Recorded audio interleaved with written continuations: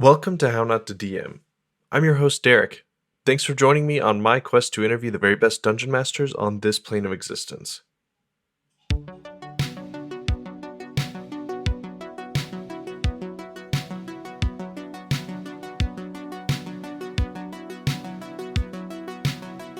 Before we get started, I need to shout out my patrons: Robert, Matthew, Brenda, Jeff, Paul, Tobias, Carol, Fernando, Justin, Matt, Robert, and Joaquin. You helped make the show possible. If you'd like to support the show, want a shout out on my next episode, or want an inside scoop on my upcoming guests, consider joining. You can find the link in my episode notes, my Linktree, or by heading to patreon.com/HN2DM. Remember that 10% of my ad and Patreon money goes to support local LGBTQ plus youth via Encircle. Check out my Linktree for more information. And now, on to this episode's guest intro. Micheal, known as Dead Aussie Gamer, or just DAG if you're pressed for time, is a DM and streamer from the west coast of Australia who's run and played in so many streamed games that he might as well be called the TTRPG Kevin Bacon. When Micheal's not streaming, he's at his other job, running games for kids at his local youth center. He also played Pathfinder one time for 86 hours straight to break a record. Enjoy.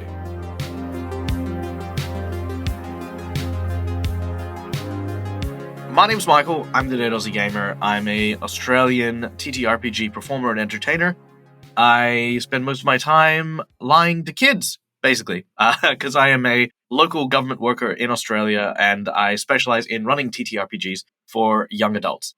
That's what I do by day. By night, I am a Twitch streamer on not only Twitch, but other people's channels. So I've got my own Twitch. I've been on the Dungeons and Dragons Twitch page. I've been on World Anvil. I've been on Robert Hartley GM. I've been on Nerdarchy. I've been everywhere. I liken myself to that guy you watch in a movie and you have to IMDb where you know him from.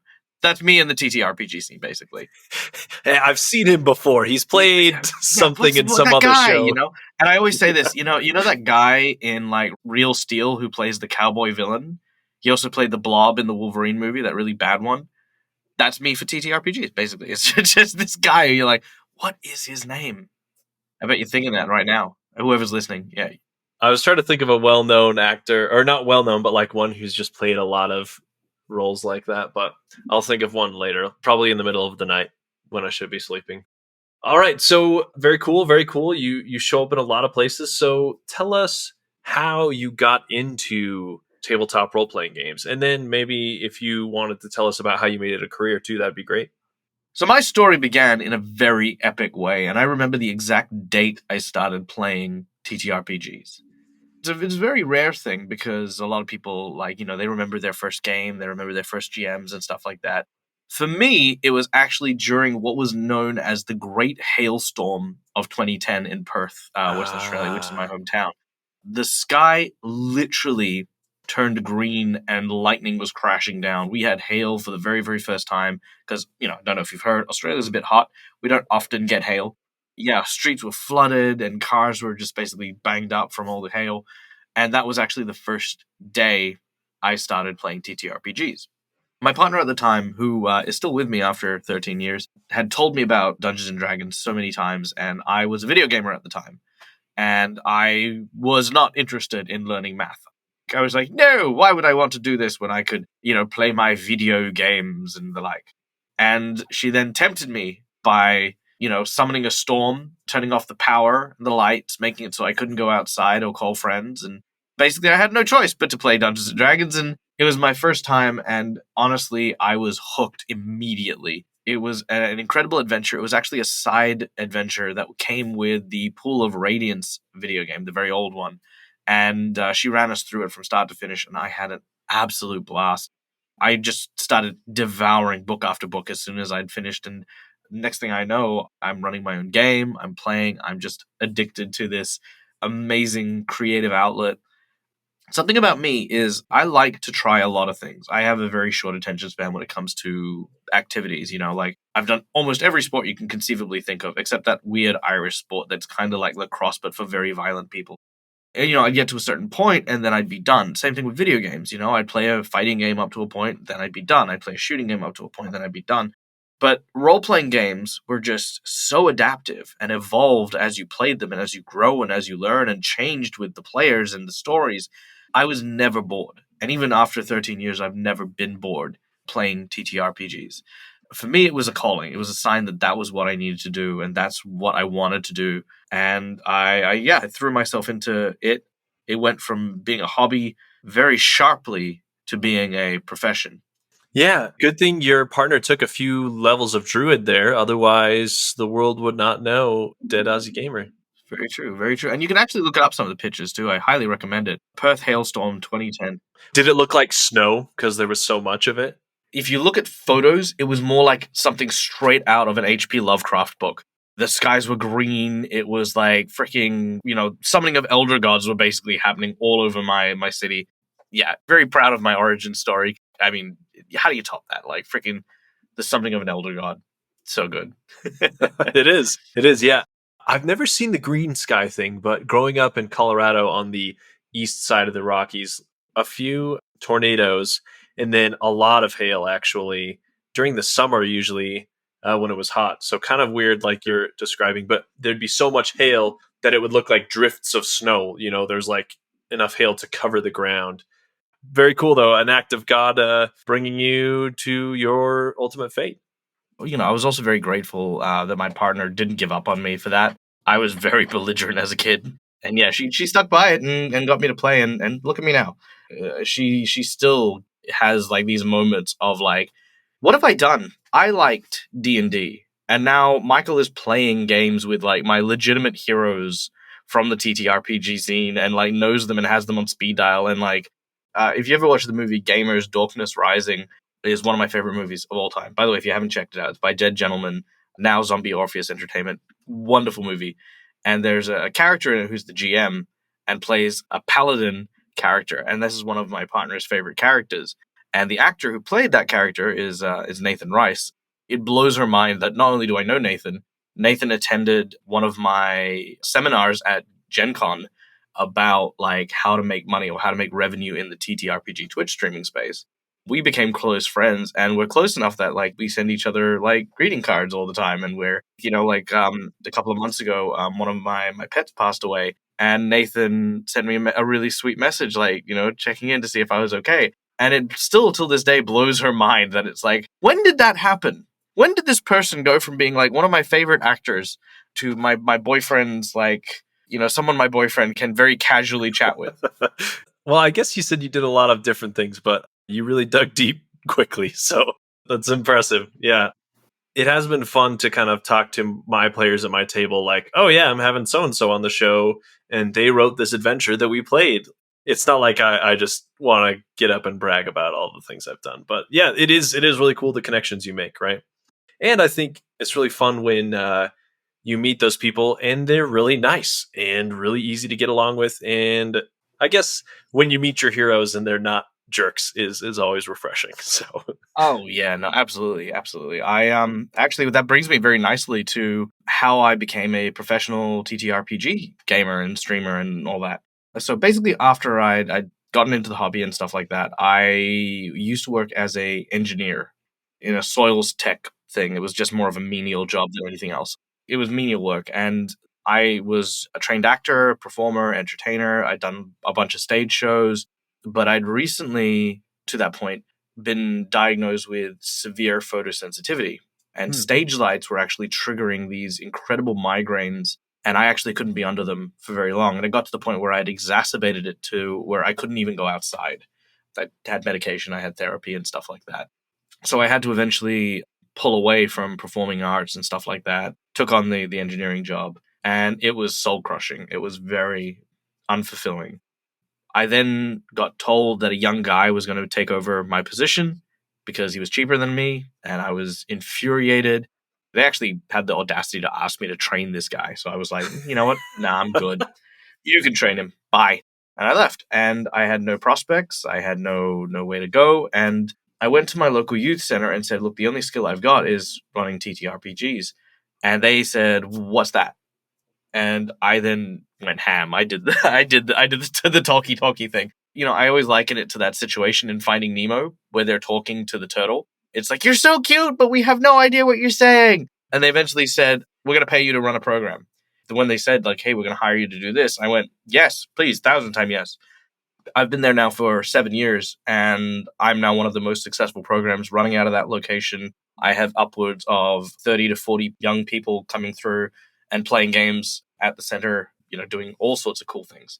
And I've always been super grateful for it. Now, I came across a situation that I could not handle, and I had no idea how to deal with it. I won't tell you what the situation was. It's very long-winded and very drama-y, but, So I reached out to one of my heroes, one of the people who I'd seen a lot in the TTRPG scene at the time, and that is Guy from How to Be a Great GM. I love Guy. When people say, like, oh, Matt Mercer got me into TTRPGs, and, Matthew Colville got me into TTRPGs, that's one thing. Now, Guy, when I say Guy got me into where I am right now, I mean he literally got me into where I am right now. So I met up with Guy and I said, hey, listen, I'm having this problem with some of my kids. I really need help. I don't think I can navigate this very sensitive social situation without someone's help. He said, I'm too busy. And I said, I got $65 for an hour of your time. And he says, okay, what do you need? So we chatted for what was a couple of hours, and we just clicked. We got on like a house on fire. We talked about D&D, we talked about all this cool stuff. And then he invited me to play in his private game. So I did. It sounded like a lot of fun. I ran a ton of games and hadn't had many opportunities to play. He thought I was fantastic, and we got on even better once we started role-playing together, and he invited me to star in The Adventures of the Windswift, which was his continuation of his series, The Bacon Battalion. It was amazing. It was so much fun. I had a wonderful cast. It was my first foray back into acting and performing work, because by that stage I was like recovering from my photosensitivity, and the stage lights of like a studio weren't as aggressive as in a theater. It showed me for the very, very first time that I could do something. I could do something with all the acting and performance work that I had, and I didn't need to give up on that dream. And Guy was the one who showed that to me. After we got to, I think, season 3 of Adventures of the Windswift, Guy started moving around.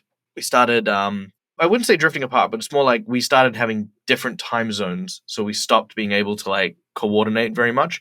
Was he in Japan when you met up first, and then he moved back to the UK? Or no, he was in South Africa when I first met him. Then he went to Japan. Then he went to the US. Then he went back to Japan. Then he went back to South Africa. Then he went back to he went back to Japan for a little bit longer. And then he went back to when he went to England, and now he's in London. So that boy traveled. International man of mystery. He is. Like, it's like, where in the world is Guy Sklanders? Like, it's where it is. So anyway, once we got to the end of that series, Guy looked me straight in the eye and said, start your own channel. And I did. And then he said, start doing stuff on Twitch. I'm going to do stuff on Twitch, and I want you to do stuff as well. And I did. And it's basically my relationship with Guy and my channel. I wasn't actually the one who even came up with the idea of my channel. It was Guy who suggested I take it to an online space, and I did. And I thrived. I mean, it's a very small and very slow-growing channel that I run. But I get to, again, perform in a bunch of different channels more than have my own, like, I don't have like a space where people come and it's like, this is like Critical Role. If you go to my channel, you'll just hang out with me. That's what you get. So yeah, that was what kicked it all off. Meeting my hero and then having him just truly believe in me was like one of the most formative things of me as a performer. Because now, many years later, that's all I want to do for people. All I want to do is I want to support them. I want to encourage people to step into the TTRPG streaming space. I mean, a lot of people have asked me to like mentor them during their formative Twitch days. And we're not talking about just people who are like, can you please raid my channel? And it's like, I can, but I've got 20 people watching. It's more like, hey, how do you do this? Or what are some of the, things to look out for? And I always feel like that's me passing on that good nature that I was very fortunate to receive very early on. Yeah, paying it forward. Yeah. The Guy is a really nice person. And I mean, anyone who was willing to kind of take the time and chat with me on my show, I consider a nice person just because that's a nice thing to do. But yeah, he was particularly nice to me and very gracious, as I was gushing to him off mic about how much I loved his video series and how much it kind of influenced my early days running games too. So what a guy. And knowing that he did that for you doesn't surprise me in the least bit. No, not at all. I actually got to play with him again this Saturday past. We did a big marathon, and I finally managed to pin him down for another game, and he did his usual thing. Like, he is a spectacular performer and role player as well as GM. Though, if you do watch any of our series, believe it when you say you can tell how close me and Guy are, because almost every chance he gets, he tries to wipe my character from existence. The start of one of our shows, I was on the gallows and I got hung. Another, I got shot. No, not. We were in a ship battle. My ship wasn't being targeted. It was my character being targeted by the ship cannons. Another one, giant dwarven ship lands on my character. It just continues onwards. I even made one for a podcast, and I was like, there's no way this character can die, because he reads comic books and he stays in the car. It's a sci-fi adventure. As long as I have this car, I'll be fine. A few minutes later, the car flips, car explodes, and now I'm just a fat Jamaican dude walking in the desert with a stack of comic books, with no gun, no formal military training or survival training. And I'm just like, God damn it. I will have to see if I can go find that. In fact, I'll ask you for the link and I'll put it in the notes so that anyone can go check it out too. Cool. All right. So you've given us a great intro into kind of how you got into the stuff that you do. I would love to know what you feel like are some of the big mistakes you've made while running games. If you feel like there are differences between the home games and the streamed games, and then the third group, the games you run for the youth center. As far as my branding goes, I always tell people this. I'm a great GM, not because I woke up one day and suddenly was super talented. For me, I run and play about 10 to 15 games a week, and I have done so for the last 7 or 8 years now. I have made more mistakes than I think some people will ever try playing games of Dungeons and Dragons. And so when I say this, I mean this in all earnest. Every mistake I make is something that helps me grow and helps me become a better GM, better role player. And I don't know if I could ever list them in terms of, worst, because in my own way, mistakes aren't bad. They're not something that, the worst mistake you make is the greatest opportunity for you to learn something. So I've never really put them in that regard. I've had sessions where I've had players get up and walk off the table. I've had moments where I've stood up and left the room. I've even had live streams where the actual player and cast have been just entirely toxic. I had to have massive debriefs at the end of each one with a friend of mine just because I was borderline crying at the end of each of these sessions. These are just like massive events that have happened. And you could definitely label it like a bunch of mistakes to those things. But every single one of them, I focus more on what I've learned from it. As for the difference between the mistakes made, at a home game, I think the biggest mistake people make is burnout and not recognizing it. Because we often associate our home game with our social obligations to maintain friendships. But when we do that, how much of your day is actually spent socializing with the people at the table, right? How often do you get into your own head and go, I'm running a game, I'm running a story, I'm doing this, I'm doing that, I need to make sure that everyone's immersed. And, what kind of social situation involves you having that constant mindset from beginning to end of the interaction, right? I mean, other than like a party where you invite tons of different people from different friend groups and you've got to be like moving between all of them to make sure everyone's having a good time, I can't think of another thing that I'd consider using as much brain power as running a game like that. Yeah. Yeah. So I always recommend, if you're running a home game, have a half an hour or an hour where you're having dinner and just catching up with these people. Then at the end, have a debrief of half an hour or so. Always give yourself that wiggle room for no other reason than you don't want your social relationship to fall into the obligation category where you're obliged to run a game so that everyone can have fun. And then that's all you're really catching up with people for. As for the youth center stuff, honestly, the youth center constantly challenges me, and that's one of the reasons why I've been there for so long. Kids are a whole other social dynamic. You have some kids who are just super energetic and just want to interact and involve themselves with anything. You have other kids who are so shy that they can't speak and they don't really want to step up to the plate. You have some kids who are really tolerant of the people next to them and help them out. And you have some kids who just get outrightly frustrated and get really antsy at people for taking too long on their turn. It's always evolving. It's always changing. I think the biggest mistake I made was not knowing how to introduce a girl to the group in a way that made the girl feel comfortable enough to stay long term. It's not to say that the boys were gross or like they were being inappropriate or anything like that, but running the game as I ran it normally, which like I'm not saying that I run games that are gender specific or anything like that. I run very typical agnostic, kind of boom, this is just the game. But I felt as though because I don't have that opportunity to focus on what I need to do to introduce a young woman to TTRPGs, that I feel like I missed a few opportunities, and those for me would be my biggest mistakes, as it were. Ever since then, I've actually done a few different things for my own approach to when a young girl does come to my program. I refer them to a couple of female performers, Amy Vorpal. There's a friend of mine, AJ Winters, who's actually in Perth as well. I'll often use these very, very strong female personalities as an example over myself and say, hey, if you really enjoyed the game, go check out these people because these people are also really cool and really fun. That's helped a lot because, sometimes, and I mean this to all GMs, sometimes the answer is not something you can give. And it's okay for that. It's okay to, sort of maneuver things so that, someone who is more appropriate can help cater to those needs. Yeah, that's awesome. And there are so many good examples of people out there who do a fantastic job and who play strong and incredible complex characters that you can point people towards. So that's awesome. As far as some of your favorite moments from games of yours, do you have any in particular that come to mind? Really fun, epic moments that you remember vividly, and it could be from home games or streams or whatever. That's a rough one. I've got so many of them. I'm going to go with two. One as a player, one as a GM. As a player, one of my favorite moments was a character I played who was a plague doctor.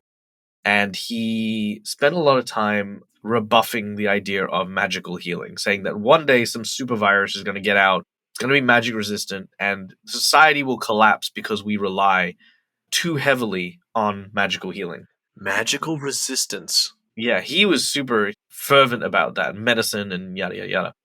And I remember we had this one instance where this character was being attacked by giants. Whole group was. We were all being wounded, all being injured, and we had no cleric because, of course, this character wouldn't allow any clerics to travel with us.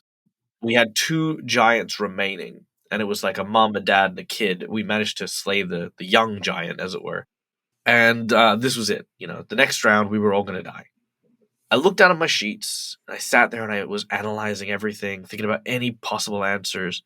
And it hit me, right? I climbed up onto the child and I mean, grotesquely cut off its head, presented it to the two giants. The two giants were enraged. They charged straight at me and provoked attacks of opportunity from every single party member, which wiped out the two giants before they got to me. And that was the moment I realized Clever. you can play TTRPGs and not roll a single dice. And that became one of my missions, is like, how many times can I solve a problem without rolling a dice? If I can solve something without rolling, amazing. And that just makes me feel awesome, makes me feel accomplished. Yeah.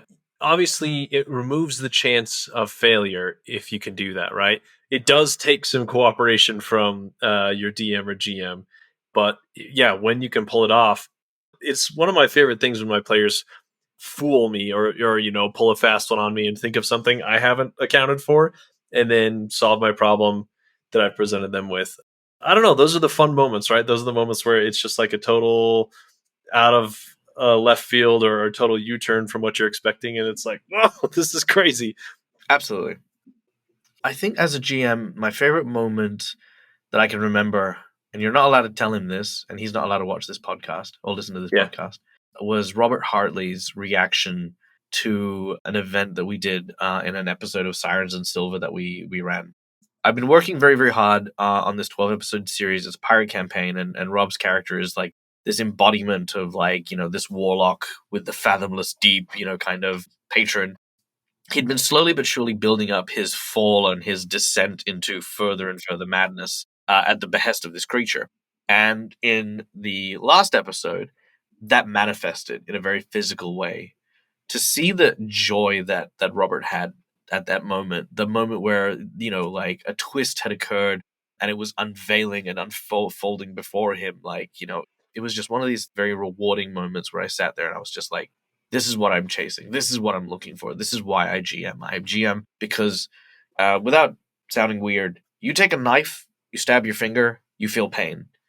To think that you could use words to create almost the same kind of physical reaction in a D&D space is such a powerful thing. And for me, when I get to see a physical reaction from my players from something that was just said, for me is just like, I've done it. You're in this space. You're there. You're feeling it. You're going for it. I've done it many times, but that's definitely the most recent one and the one I definitely treasure at the moment the most. So, Robert, you can start listening again. You can unblock your ears, mate.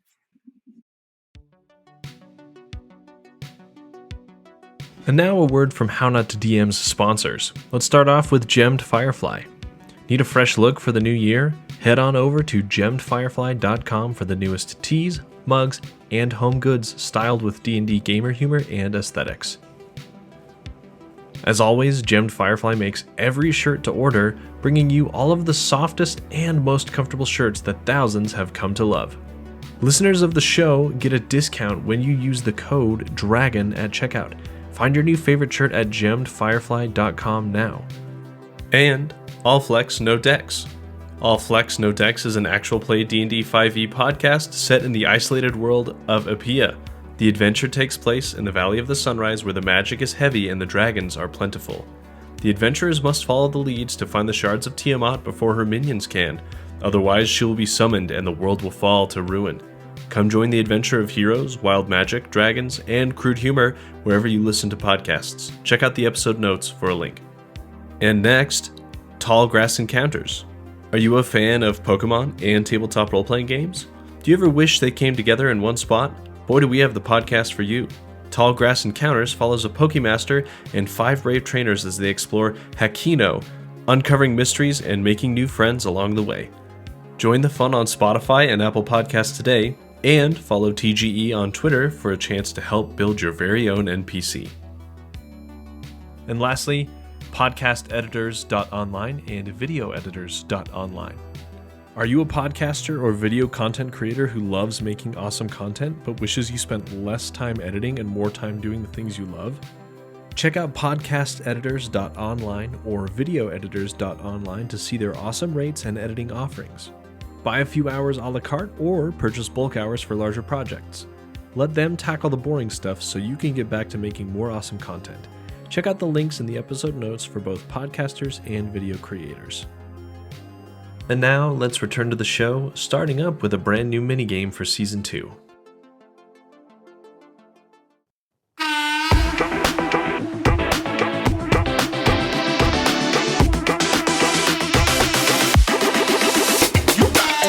Welcome to Quickfire Chaos!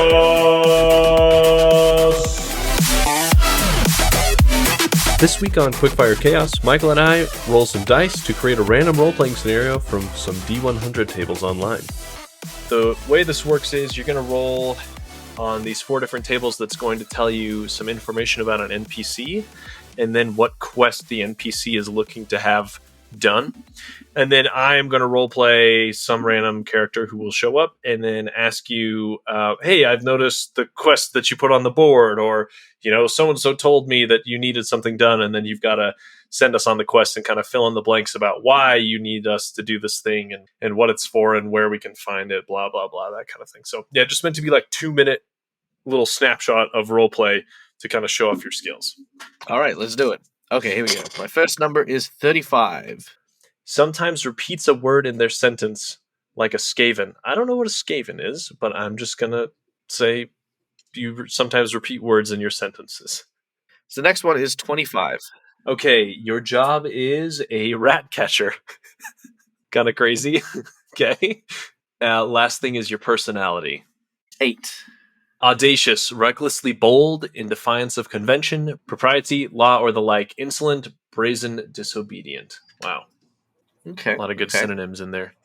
lastly, the fetch quest on which you will send us, or me. 69. Nice. Nice. A potion. You are looking for a particular potion. I'll let you decide what the potion is and why you need it. I've played a bunch of wizards and paladin fightery types, so I'm going to do a druid this time. So I'll be in like a long brown cloak, and I'll have a gnarled staff with leaves growing out of it, typical druid things. Okay. You find yourself in an old apothecary. The smell of licorice and herbal remedies seem to permeate through the air as you speak to what looks to be a very, very red-eyed rat person. Patches of fur missing from their limbs as you kind of look him up and down, but coated in the leathered, oiled garbs of an alchemist of some kind. An assortment of potion bottles dress the table in front of him as he looks to you with his beady eye. Come to see. Yes, come to see. Step forward. Step forward. Tell, what is name? What is name? Yes, I am Madville of Not the important! Forest. Sorry? I need something. Come close. Yes. It needs Death Knell Lotus. Yes, magical potions. Kills many. All will die. Might be slightly illegal. Slightly. So this is something we should acquire through back channels, is what you're saying, dear friend. No, back channels. People talk. Shh. Then they will find I. Find I is bad. You must journey to the Withering Woods. There, seek out the Old One. The Old One, she has her ways. Yes. And she can provide us with this Death Knell Lotus which you seek. What? No. She knows where you can find. Yes. Yes, sorry. Bring back Death Knell. But be careful. Do not touch, do not smell, and definitely do not eat. Do you have some sort of container in which we might place this sample so that we don't unwittingly poison ourselves? Yes. What you take I for? He pulls out a bucket and places it. Clink. There. Do you have a lid?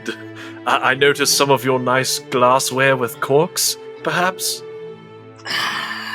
He looks at the glass and he sort of does this twiddly motion with his fingers as he miserly reaches for one of the large bottles. He prepares to put it in the bucket, then stops and looks at you. He puts it down and then picks up a small triangular bottle, about half its size, and then goes to put it down and then stops and looks at you. He puts it back down and he takes out a test tube, and eventually he puts the test tube into the bucket as well. Is this how much you need? Will this be sufficient? Yes. Even one small drop could kill a whole city. Well, we shall take the utmost care then, and I assure you we shall return your glassware. I notice you seem quite attached. Anyway, what is your name, good sir? If we may need to tell the ancient or wise one of the Withering Woods.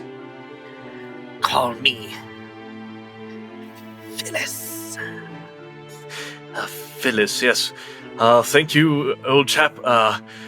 It's been something. We will return with this death knell. What can we expect as payment? Payment? Yes, payment. He looks at the wall behind him. He then takes out this glowing red potion. Inside is this swirling pearlescent liquid that gives off a strong magic aura. He takes it down and looks at it, then looks over his shoulder at you, then looks at the potion, then looks back at you, places it back on the shelf.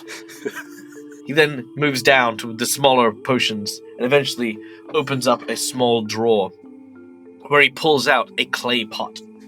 He says, "This pot." Yes.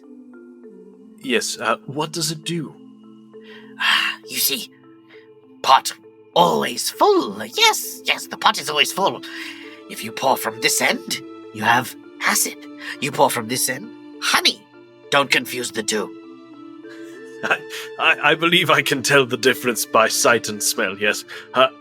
Well, this is quite the item. I think we have come to an accord, my friend. Yes. He reaches out this kind of sweaty, very, very scaly palm towards you. He only has 3 fingers and a gnarled thumb. All right, I'll go in for the shake then, and then as we're leaving, like wipe my robes, wipe it off on my robes, and plan to clean it off later. Very well. As you leave the store, you hear this as he says, Nice fellow. Shame he's going to die. as he continues. Nice. I don't know what I expected. Perhaps I should, as a druid, make sure that I'm not committing mass genocide with what I'm doing. But you gotta get gold where you can. Sometimes it's better to provide a rat catcher with a potentially town destroying potion than it is to not be able to eat that night. Yes. Cost benefit analysis. All right, so let's transition to some of your work within the space and your professional work as well. So first of all, reading through your Patreon page, you started off with Ask a Pathfinder as a Facebook page as kind of like your very first introduction into, I guess we can call it, creatorhood. Tell us kind of how you started there and how it has evolved into what you're doing now. Honestly, Ask a Pathfinder was sort of a dead end. It started out entirely because my work with the kids and stuff like that, as well as some troublesome players here and there, led me to answer very dumb questions all the time at my table. Eventually, I just got so frustrated that I started writing a blog about these questions. People would ask me a question, I would give them an answer, and I would write a whole thing about it. And then I would say, never ask me this again. I don't want to hear that question. Go read the blog. And they did. And eventually these blogs slowly sort of became like these kind of little articles, some fun little games that I kind of ran. I did like just a bunch of stuff that made me happy and, of course, entertained the small community that I was with. It was around the time that I was doing that, the whole stuff with Guy happened. And I was Ask a Pathfinder for quite some time. It wasn't until Guy got offered to do a show for the Dungeons & Dragons official Twitch channel. He reached out to me and he basically said, I want to invite you as a cast member, but obviously for D&D, you can't invite someone called Ask a Pathfinder. So a few months prior, I did a huge rebrand because as much as I love Paizo, I love Pathfinder, they weren't supporting my channel in any tangible way. I appreciate like free modules here and there, but I can't pay my rent off free modules. And D&D was willing to pay me for my actual time as a performer. So I left Ask a Pathfinder behind, which I hope hadn't burnt too many bridges, from the Pathfinder side, because, like I said, I love Pathfinder, and I still do. But yeah, so once I left that behind, I took on the Dead Aussie Gamer name. For me, Ask a Pathfinder is a very apt example of what Pathfinder was like at the time for me as a content creator. I wanted to create content that people needed, something that wasn't necessarily easily accessible. And Pathfinder First Edition was kind of, in a lot of ways, prohibitive in terms of how much you needed to know to really dive into Pathfinder. So Ask a Pathfinder just made sense, not only as a name, but as what I was doing. But yeah, I kind of likened it to like running around with a fire extinguisher going, it's not that bad! Shh! It's actually really cool, it's really fine. Just some people are really crap. And that was basically it. I don't regret moving on. Neither do I regret the time I spent focused on Pathfinder stuff. It gave me a lot more insight into other systems. So now I don't just have a D&D game. I don't just have a Pathfinder game. I look at tons of indie games, some non-D20 games, even non-dice-based TTRPGs as well. It opened up my, repertoire to start from a place that wasn't necessarily D&D and evolve into who I am now. Very cool. Someone told me that you hold the unofficial record for the longest TTRPG game. So tell us, why? Why did you do this? What game was it, and how did it go? What was that experience like? I don't even remember why I decided to do it. Was there another record out there, I guess, to start? Not for TTRPGs. So the previous record was set at 80 hours, which was the one that I was competing against. And I believe it was for something called the Goose Game. It was just basically this roll a dice and move this goose around the board, and they did that for like 80 hours, which was insane to me. But I petitioned them to do a world's longest TTRPG, but they wanted it as the board game stuff. So I decided to represent, and I ran a Pathfinder adventure module, Rise of the Rune Lords, which is probably one of my favorite Pathfinder modules, and it's one that I've run so many times, I knew it like the back of my hand. I did all the prep work. I found out, like roughly how long I'd be able to run this game. I put together a team of wonderful people who I knew I could spend that period of time with, and it was pretty much off and running. I guess for me, I wanted to do something that was different, something that not many people, if any, could be able to achieve, And I treated it like a Guinness World Record attempt. I didn't sort of go, I'm just going to rock up on the day and just play games. We had like 6 months of training, diets, sleep measurements. I visited an actual college of sleep. Yeah. Well, no, we actually had to do the whole like training for it because it's just so ludicrous to me. Absolutely.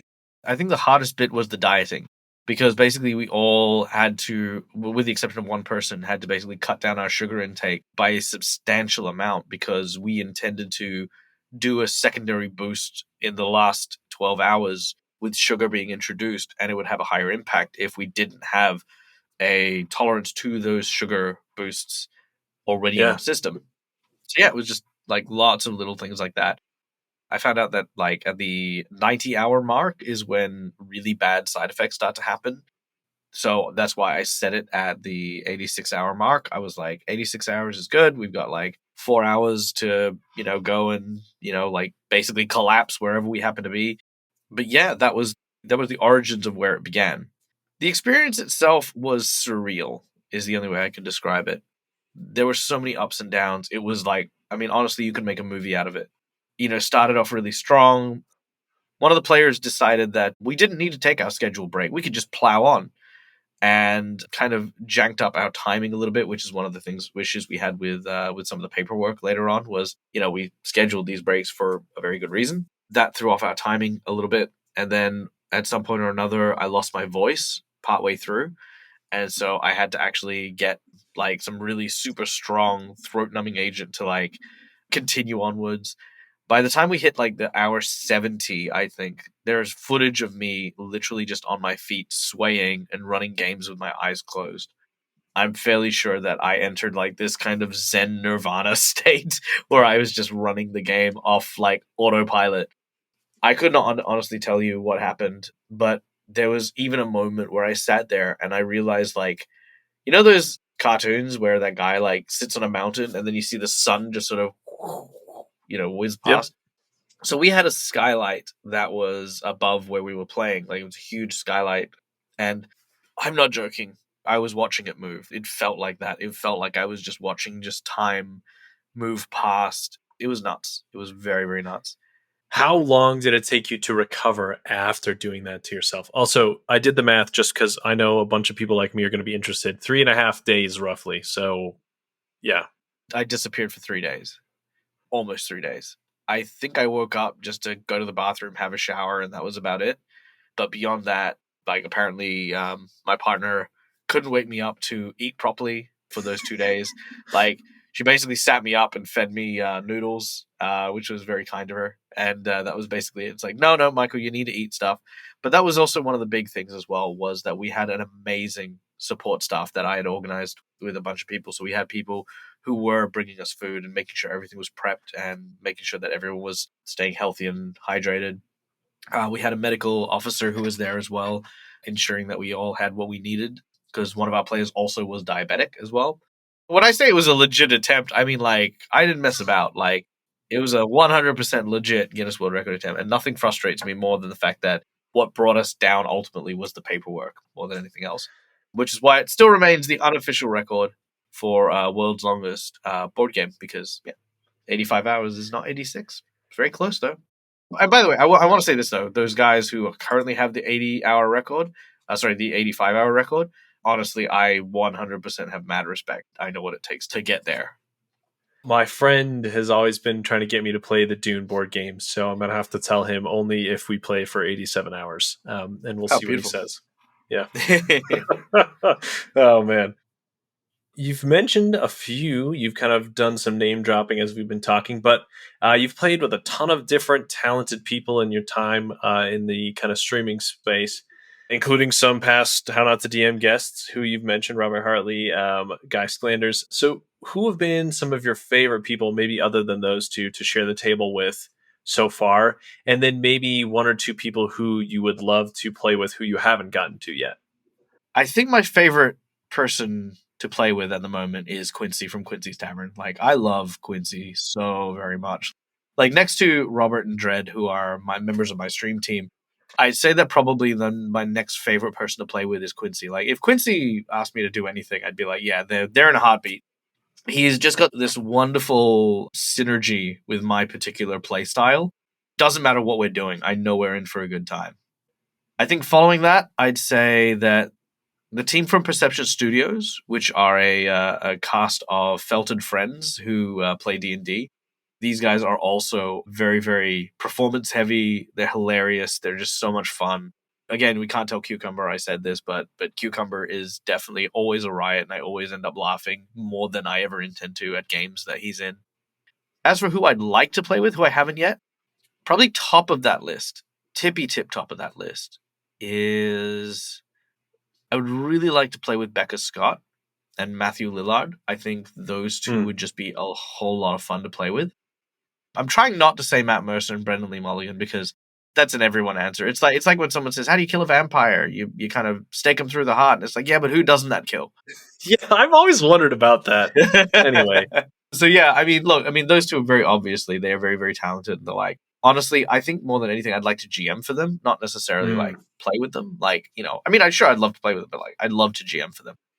And I think the other one, freaking Terry Crews. Yes, 100%. Oh, Terry Crews. Good answer. Love to play with Terry Crews. Oh my god, that'd be so fun. Oh, that would just be a fun time, flat out. Like, yeah. Terry brings the fun. I love that. Yes, Terry Crews, Becca Scott, and Matthew Lillard. Yeah, those are good my answers. top three. Yeah. I will accept those answers. Cool. If you had to boil down your best advice for people running games, system agnostic and, situation agnostic, what are kind of like the one or two pearls of wisdom you have for people out there to encourage them and give them advice? I tell this to everyone, especially streamers, because I think this is the single most important thing you can give to people. Your current game will never get any better than it is right this second. The previous game you have played will always be worse than the one you're running now, and your next one will always be better. Never forget that, because we can sometimes criticize so heavily on what we've done wrong and how miserable things are, but it's a fleeting moment. A single game does not define how we are as a game master or how we are as a player. If you see something that you think you can grow from it, Don't get attached to it. Don't try to find reasons and rationale for why things went wrong. Accept that something went wrong and make a difference. In the future, do better. And always remember that your past is somewhere that you've traveled from, not where you still are. You're not just spinning your wheels. Every game adds to you as a role player. I love it. And honestly, a big part of the reason why I started the show, right, is to learn from people and to try to just get a little bit better every time you're running games. So awesome. Last but not least, where can people find you, interact with you online? And then do you have any cool upcoming streams or projects that you want to share? My name's Michael. I'm the Dead Aussie Gamer. You can find me on twitch.tv/DeadAussieGamer, where I run a variety of different shows for Patreons of my channel. And you can also find me on a whole bunch of different shows throughout the internet. It is honestly easier to Google me, but if you want to see some of my best work, I've recently done a marathon game, 12-hour session with Robert Hartley GM and the Dreaded GM, who you can find me there quite frequently. I'm also one of the stars of Ghosts of Saltmarsh, Call of the Kraken, Descent into Avernus, Blood Wars, and of course, The Adventures of the Windswift, as well as Broken World Chronicles, etc., etc., etc., a whole bunch of other stuff. Again, Google is your friend. if you want to come and hang out with me, come check out my Twitch channel, because we do a lot of audience interaction materials. A lot of the stuff we do is just going to involve you coming and just enjoying everything that we love about TTRPGs. Amazing. Thanks so much for taking the time, Micheal. It's been awesome to get to know you a little bit better and learn about all of the cool and crazy things that you've done. And I know it's not easy to find time in a busy schedule like yours, because you're literally doing stuff all the time. But yeah, I really appreciate it. Thank you so much for having me. It's been an absolute pleasure. Thank you for listening to How Not to DM. Now it's time for a sneak peek into the final guest of How Not to DM Season 2, Tanya DePass. Yeah, it's just been a wild ride of learning how to put a show together, all the moving parts you don't think about for an actual play, because my streaming experience up until that point was just video games. I'd get on, either be on my console, be on PC, stream a game, do whatever. There's a lot more moving parts in terms of streaming an actual play show. And being in a studio versus at home are two big differences. Yeah. So, I mean, I've learned a lot. One is it's really expensive to do an actual play show. And a lot of people don't seem to realize that, especially when folks try to raise money. And they go, why do you need that much money? I'm like, here's a list. And I just get that GIF with the scroll that goes like down the hall of all the things you have to pay for. To hear more about how Tanya rose to the top of the TTRPG streaming game and about what else she's working on, tune in next week for the Season 2 finale. Remember to check out my Patreon if you haven't already for even more sneak peeks. Next time you get the chance, share this episode with your friends and family around your game table. Another great way to help me boost the show is by leaving a review on Apple Podcasts or rating the show on Spotify. I appreciate all of you for helping the show grow. Thank you to the team at T4C Studios for helping edit and produce this episode. My intro and outro music is by Danijel Zambo. The Quickfire Chaos music is by Exacat, and the Quickfire Chaos mood music is by Arcane Anthems. Check out the episode notes for more of their great work. And, as always, until next time, roll some nat 20s for me.